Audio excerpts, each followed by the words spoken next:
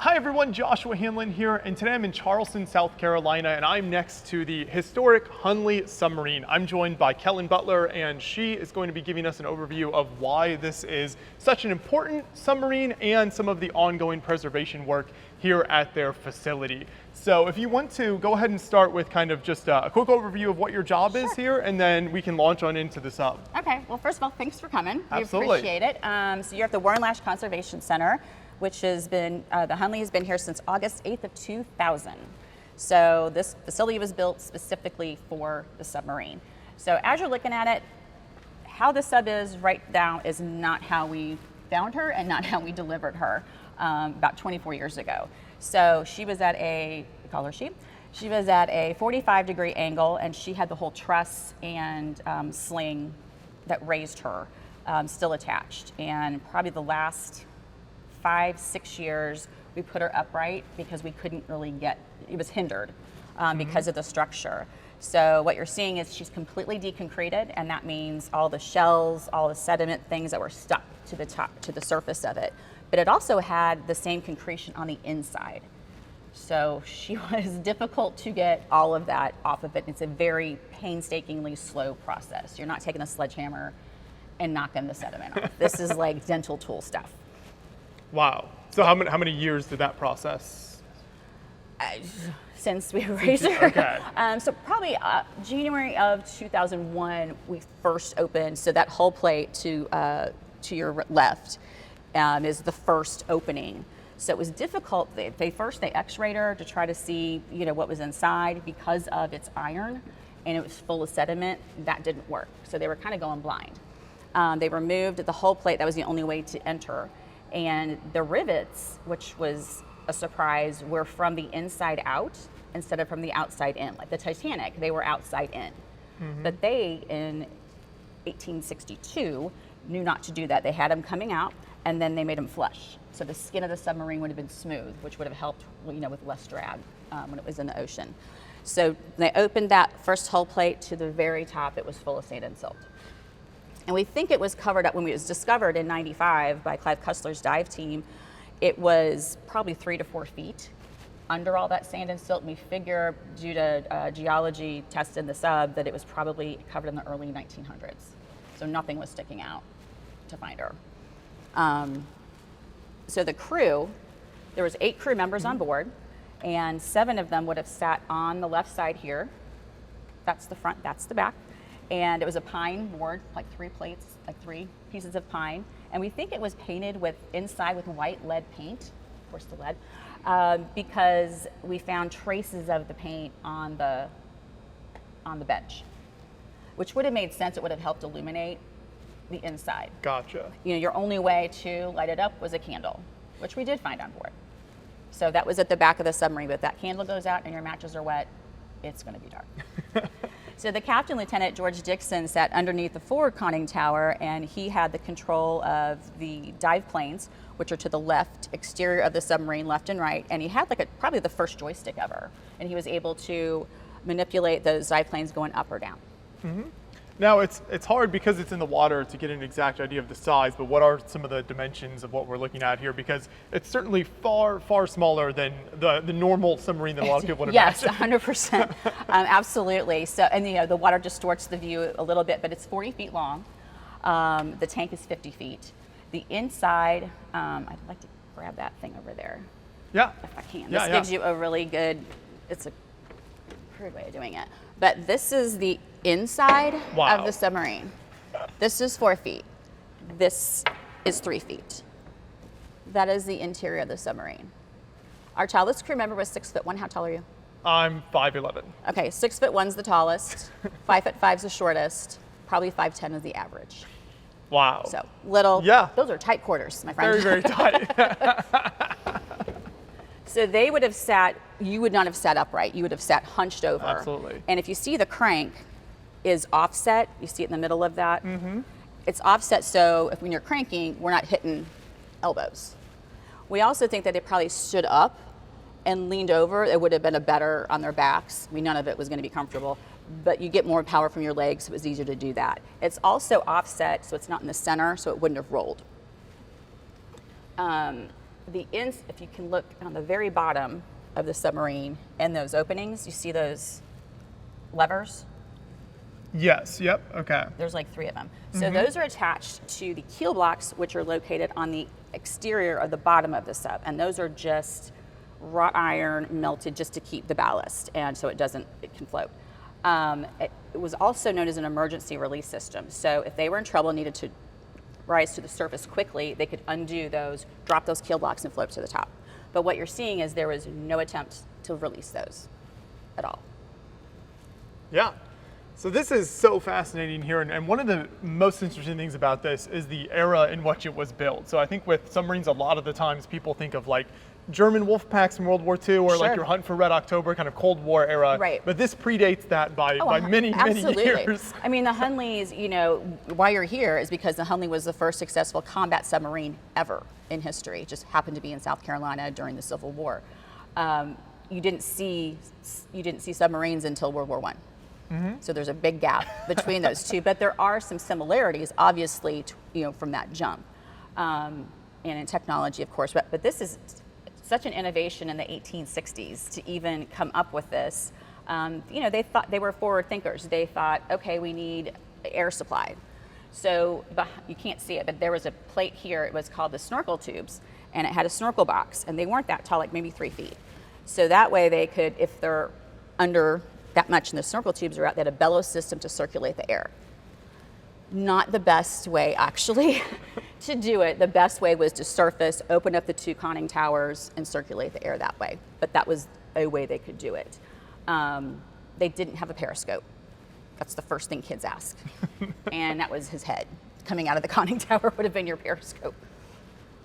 So take us through, if you can, then a little bit of that actual kind of combat history and how this was used during the Civil War. The history is short. It was very brief. So the Hunley was brought by rail from Mobile, Alabama, and it had 2 test missions in August of '63 and in October of '63. Unfortunately, both of those crews did not make it. So it was just error by human. It was not anything technically with the submarine. The first sinking, 3 men actually survived and got out. The second sinking, the namesake, H.L. Hunley, which is Horace Lawson Hunley, was one of the financiers and developers. He passed along with that as well, and that just sunk at a dock. Like something was open and they just sunk right to the bottom. Wow. So it's, again, not anything that was done wrong with the submarine.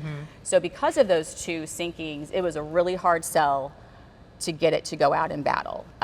Lieutenant Dixon, who was very well respected, was able to talk General Beauregard, who was in charge of Charleston at that time, into this, letting them go out. The Housatonic, the USS Housatonic, was selected. It was in our harbor in Charleston because of the location, and also because it had a wooden hull. They would not have attempted to do this with, an ironclad or anything. Exactly. So that night on February 17th, 1864, it went out of Breach Inlet, and we found it 4 miles off the coast. It was like 8:30ish. So, think about it in the 1860s, there's no lights of the city. So it is dark, except for the moonlight. So where they could illuminate it with that candle, those lights that you see, or those holes that you see on top, we call them dead lights. They had covers on the inside with rubber gaskets, so it could kind of go in stealth mode, so you wouldn't see the light. So it would be lit inside, but you wouldn't see that approaching. And at that time, you got to remember, submarine was not even a term. It was fishboat.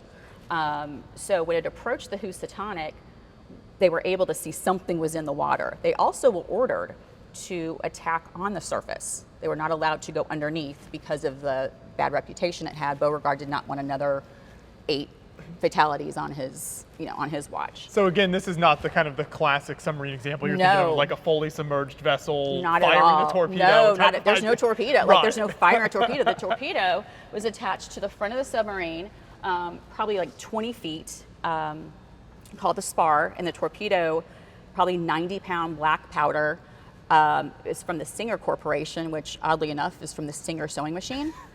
Not sure how the jump went from torpedoes. Diversify the offerings a little. They did, to move forward. So that was attached at the front. So this was more of a contact thing. So it really initially we thought this torpedo goes into the hull, they retreat, trigger it somehow, and there's the explosion. And that's what we didn't find. When they deconcreted the spar probably 10 years ago, they realized it was more of a contact. So they were closer to the point. I want to say explosion, but it wasn't an explosion like you think. The water absorbed most of it. So when the Housatonic, went down, our harbor's not that deep. Their masts were still sticking up. All but 4 of the crew got out. They were able to get the lifeboats and go to other ships. The other ships didn't know what happened. So it wasn't this big explosion. They didn't hear anything. They didn't see anything. Wow. They didn't know why they were there. So if you see the movie The Hunley by Ted Turner, which is a very good movie, you're going to see this lovely explosion. And that's just Hollywood. That didn't happen in real life. But the mystery is with the Hunley is she accomplished her mission. She signaled. So after they fired on the Housatonic, it goes down. They retreat because you've got people looking for them. That they signaled with the blue light, and it was a prearranged signal. I say blue light. It looked blue from eyewitness accounts on the Canandaigua, USS Canandaigua, that was coming to aid the Housatonic. We have the lantern. There's nothing blue about it. We think it maybe just with the water maybe looked blue, but it was prearranged to go to the shore to let them know we accomplished our mission and we're on our way home. And then nobody ever heard from her again until 2000 when we raised her. Wow. So what do we know about that time period then, sort of after they accomplished the mission? What are in terms of what we've gathered of what happened to the crew and what happened in those kind of following hours? Not a lot. I mean, there's no manifest. There's no nothing. Okay. We do think that because how the crew was, we call them stations. When we started to open those conning towers to find out, we assumed that the commingling, that the remains were going to be those 2 exits that they were trying to get out. Again, our harbor's not that deep. You could get out. That's what we didn't find. So the crew literally was boom, boom, boom, boom, boom in a row. And kind of with what they've done is they may have theories and they investigate and it's like, well, this didn't happen. So sometimes what we find didn't happen is just as helpful as what did happen. Yeah. So like the latches I was showing you, if they were in panic, they would have released those to pop up to the surface. That didn't happen. There are 2 pump systems in the forward and aft that would, if they were bilging out water, if they're taking on water, you're thinking they're bilging water out. That didn't happen either. So it didn't look like there was a sense of panic. That's what the evidence shows. There is not a theory that we have completely said this is why it went down. I don't know if they'll ever decide 100% what it went down. It might be a combination of, I'm sure, water. We know that we realized probably about 5 years ago that there was I can't think of the name of it. A seal or a valve. Valve, okay. That was jarred. So when it hit, the pipe jarred a little bit, intake valve. And water would be able to come in. We think that also stuffed it with cloth because we found thread in there. And that wouldn't have stopped it 100%, right, but it would have slowed it down. Initially, we thought there was it's called the first shot. So as the Hunley approached the Housatonic, they didn't know what it was. They thought a log, a dolphin. But it was too late before they realized it's actually a submarine. So they tried to shoot with their cannons, but because of the angle, it couldn't work for them. So they just had their firearms. So there is a hole in the forward conning tower, and it would have been where Dixon sat. And we thought somebody got a lucky shot off. Well, that didn't happen. There's no glass inside. We didn't find a bullet, and his cranium's completely intact. So that didn't happen. It could have been a combination of water coming in, and also they just lost oxygen, which to me as a non-PhD makes complete sense. But again, you don't have the sense of panic. They were trying to probably wait it out. We know they had to wait it out because they had to wait for the tide to go in. I mean, that weighs tons. It doesn't go very fast. They would have been exhausted. So they had to wait for the tide to go back in. And if you're losing, if it's anoxia, you're not thinking clearly, and you just maybe lost sense of time. And before you know it, it's been too long. But the idea with the submarine was that it would be a multi-use. Absolutely. It's not a Hunley 1, Hunley 2, Hunley 3. Like, it was raised both times with that. This was going to go back out and go after another ship. And were there plans to build more similar submarines, or was this seen as kind of like very much just like a one-off experiment? Or well, I don't know. It depends if it would have been completely successful multiple times. Maybe they would have started to develop more, and depending on how the war was going. But this was the only one. I mean, they had previous smaller ones, like the David, and the North also had their version of a submarine as well. This one's just the only one that actually saw battle and accomplished a mission. Mm-hmm. So that does take us closer to today then, and so obviously you see how it's set up today here in this tank. Tell me a little bit more about kind of the preservation work and what is the liquid that it's submerged in here? How does that sort of impact the vessel? So when the Hunley was first raised, August of 2000, it was immediately put in this tank, and it was fresh water. So this has been soaking in salt water for 136 years.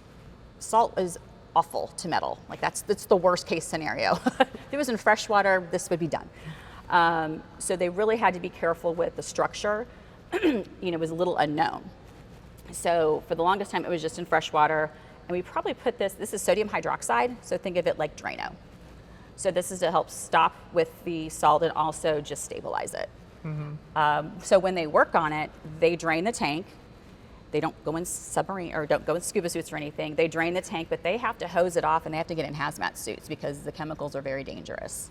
But you see the hull plates, like it's got a little rust. I mean, that's just what happens. So oxygen and iron do not mix well. So this will always be treated at some point.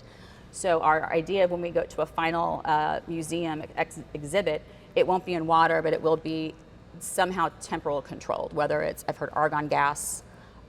You won't walk up and touch the Hunley. It'll always be sealed, just to keep it preserved. We'll dry it, we'll treat it to it'll be more of a matte black color, like what it originally would have looked like.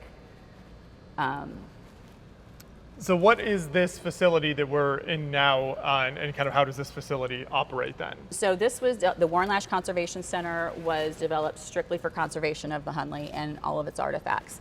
It developed over the years to be actually a world-class maritime conservation facility. So there are other projects that come in, which was always kind of the long-term goal for this facility once the Hunley goes away, for it to continue with conservation. We get different projects over the years, cannons from the CSS Alabama. Currently, Clemson University, who we partnered with, has a lot of different partnerships through the state. They actually have some of the artifacts that they're helping with the International African American Museum that just opened. And then different parks and artifacts throughout the state. Yeah. So is there any proof of, obviously like we talked about, this predated many more famous submarines as you sort of get into the First World War. Did any of those submarine designers look back at a design like the Hunley as, like, in the First and Second World War, submarines became a much bigger part of naval warfare? So that's an interesting question and a really good one. So William Alexander, who was one of the developers, who was actually supposed to be on that crew that night, he got called away, which saved his life. He went to Europe, and it seems that he also took some of the plans, because then the German U-boats look very similar to this. So there is thought that they jumped the pond, so to say, and there's some similarities for sure. Oh, very interesting. Yeah, yeah. So this is kind of the grandfather of them all, if you think about it. And what's interesting, when we have visitors, we're open for tours, obviously, and we get a lot of military reunion groups. So any old time, any former submarine veterans, it's just so interesting to look at it through their eyes, because they just see this is where it started. And even to me, a modern day submarine, there's no way I'm getting into that thing. I think that's crazy, but they really see it. I mean, I've seen, grown men just shed tears when they look at her. 'Cause you've got to think about, there was also 8 guys that got in there willingly, knowing the 2 previous crews sank. So they obviously knew it was a mission that they may not come back from. But we also don't think that they went out there as a suicide mission either. Like they had every intention to go out, do their mission, and then come back. And then they didn't. Yeah, exactly. No, I think that's the very human element of the story, which I think is always really interesting when you have an artifact like this, because it can just be kind of a metal tube at first, right. But when you kind of it's tie impersonal it in when you look at just a metal, it's an iron sub, right. It's impersonal, but you think about it, there were 8 guys. I mean, those conditions were awful. Like, as we showed you the height, I mean, it wasn't comfortable. I'm sure, even though it was February, you're closed in, you got to be hot because you're, expelling all, it's just, to me, it's like the worst scenario. But it gives to the bravery, it gives to the, I'll say the 8 most brave, 8 most a little crazy for doing this, but it also just shows you how desperate Charleston was when they had the blockade. I mean, they were desperate that they're willing to do this, and those men were willing to risk their lives to do this. Yeah, I think it's also a really interesting example of sort of the inventiveness of warfare. Absolutely. And how when you're faced with difficult situations like that, you can come up with very interesting new designs and engineering projects. This is a perfect example of, out of desperation comes innovation. They were able to develop this and it worked. You learn things as missions went on and as they tested it, but overall the submarine worked. So if they would have come back, it would have been sent out again. And then maybe there would have been a fleet of Hunleys, we don't know. Exactly. Now you mentioned that there is opportunities for the public to come visit here. So how does that work if someone does want to come visit and see the submarine in person? Sure, so we are limited, unfortunately, to weekend public tours because of work they still do either on the Hunley or other projects. And we're open from 10 to 5 on Saturday, 10 to 3 on Sunday, and it's a self-guided experience. So you'll walk through other exhibits. We have interactive exhibits, show actual artifacts from the crew, which we'll see next. And then obviously you see the crowning jewel of the H.L. Hunley itself. And we also have a really great volunteer program that we have docents that give their specific topics, but they'll talk to the public and then they'll just walk around. But they have a lot of passion and they actually support. They are the reason that people come see, actually, besides the Hunley. Absolutely. Well, that's fantastic. So yes, the history is fascinating, and for everyone watching, if you have an opportunity, you're in Charleston, definitely come check this out during their opening hours here. But like you said, there are more artifacts, so we'll actually go downstairs now and check all of those out. All right, sounds great.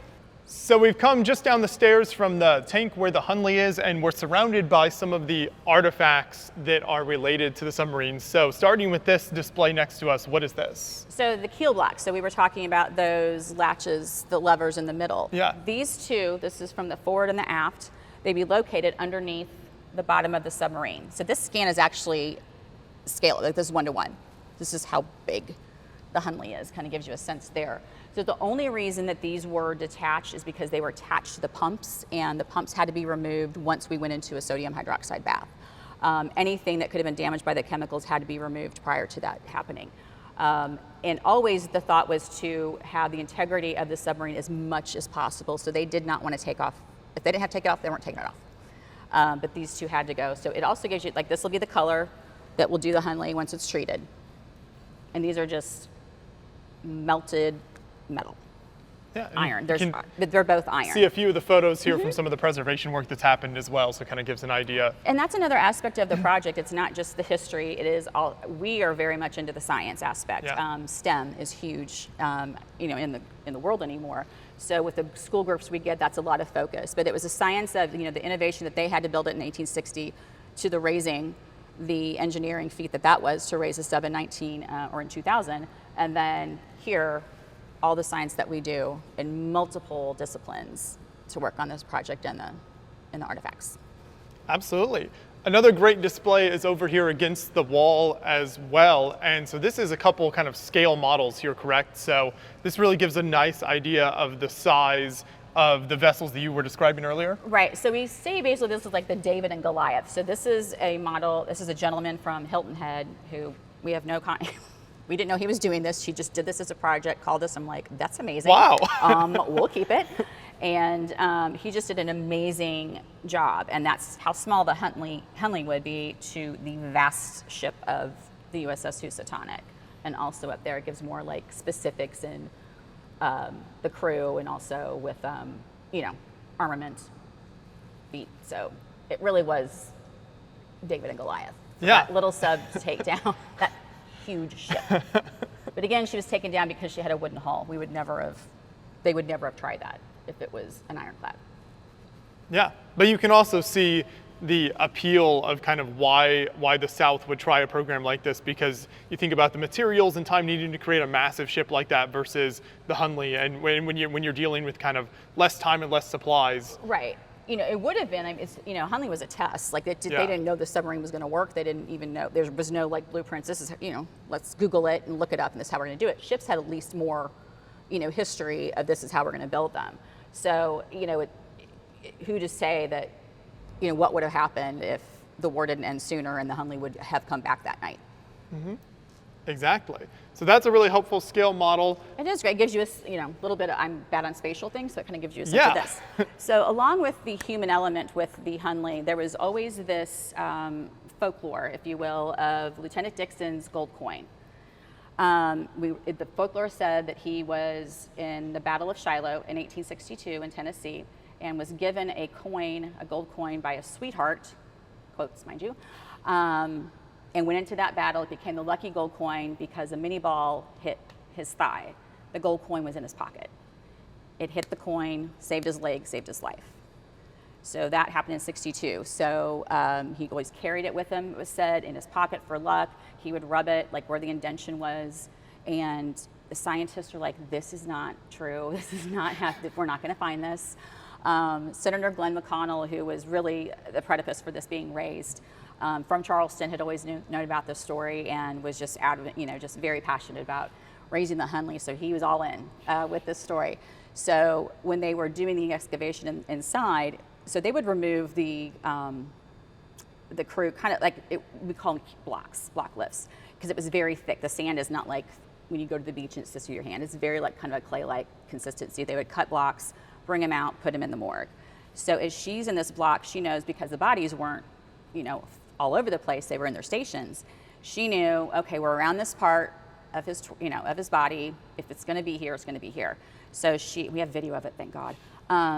She removed the block lift, and as she did it, she felt the ridge of the gold coin. Wow. And she was just as surprised, believe me, this wasn't going to be in here. So you guys can go in there. That is the actual gold coin, and it is bent like it should be. We found traces of lead on there, and there's an indentation on his leg where he was shot. So what was not passed along is, if you turn to the other side, it's actually engraved. That was a complete surprise, and it was engraved with Shiloh. That's the battle. Yeah. April 6, 1862, the date of the battle. My life preserver, which is interesting because he was in the Army. And then his initials, GED, which we do not know what the E stands for. We do not know where he's from.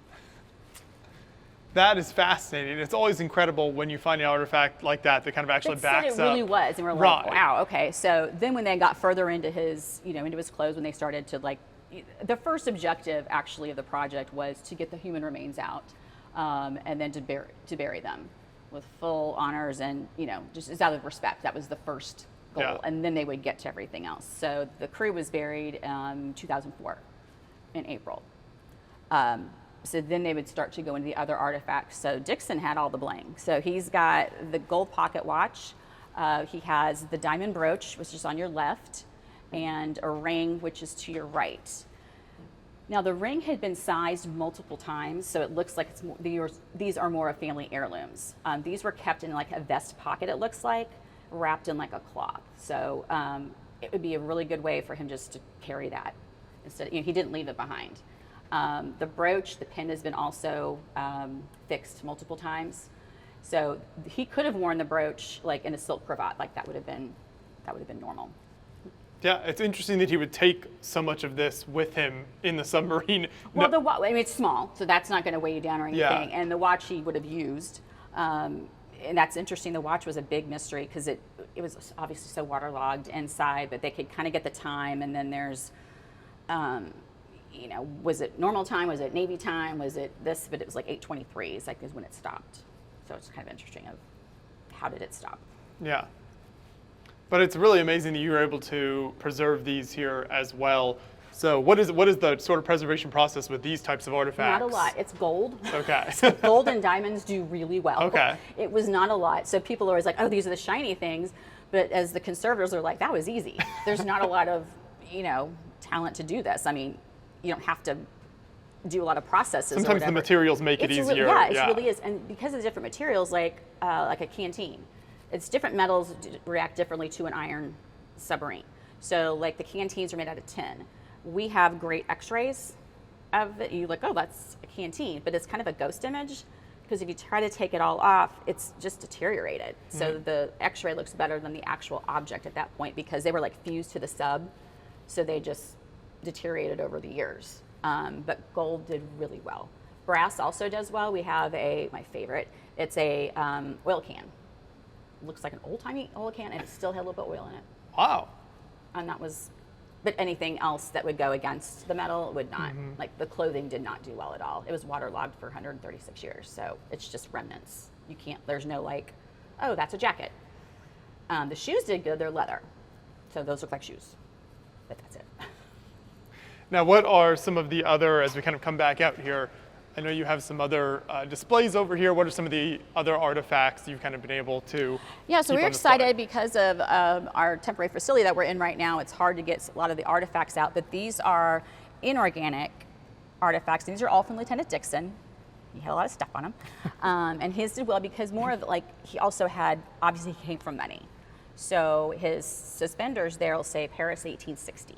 So a lot of it, we don't know if just had family over there, like we don't know where he came from. The binoculars that you see, theirs were opera glasses.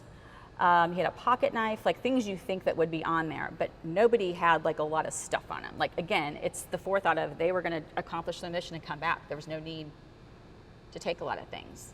The canteens for water, but there don't, you know, there were some tools that you would think that would be on, but otherwise there's no firearms on board. Again, it shows you that they were gonna go do their mission and come back. But this is what the binoculars look like. So I loved the before and afters because it doesn't look like there's binoculars. Right. So they x-ray it and then they see, and then they, you know, just lots of, because it's different components. This is a difficult conservation because of the different components of the artifact. But yeah, it really is cool to see that process. Oh, absolutely. And kind of pulling the artifact out. And I don't know how long that took, but it takes a long time. It's not, and again, we don't have a very huge staff. You know, it was a lot of staff when it was raised for a lot of different reasons, and then as it's progressed, it's just not as much staff as we used to have. So it's a long time. Probably I would say the clothing is a big battle with just a long time conserving it. It takes a lot of work. And you just can't move very quickly, so. Yeah.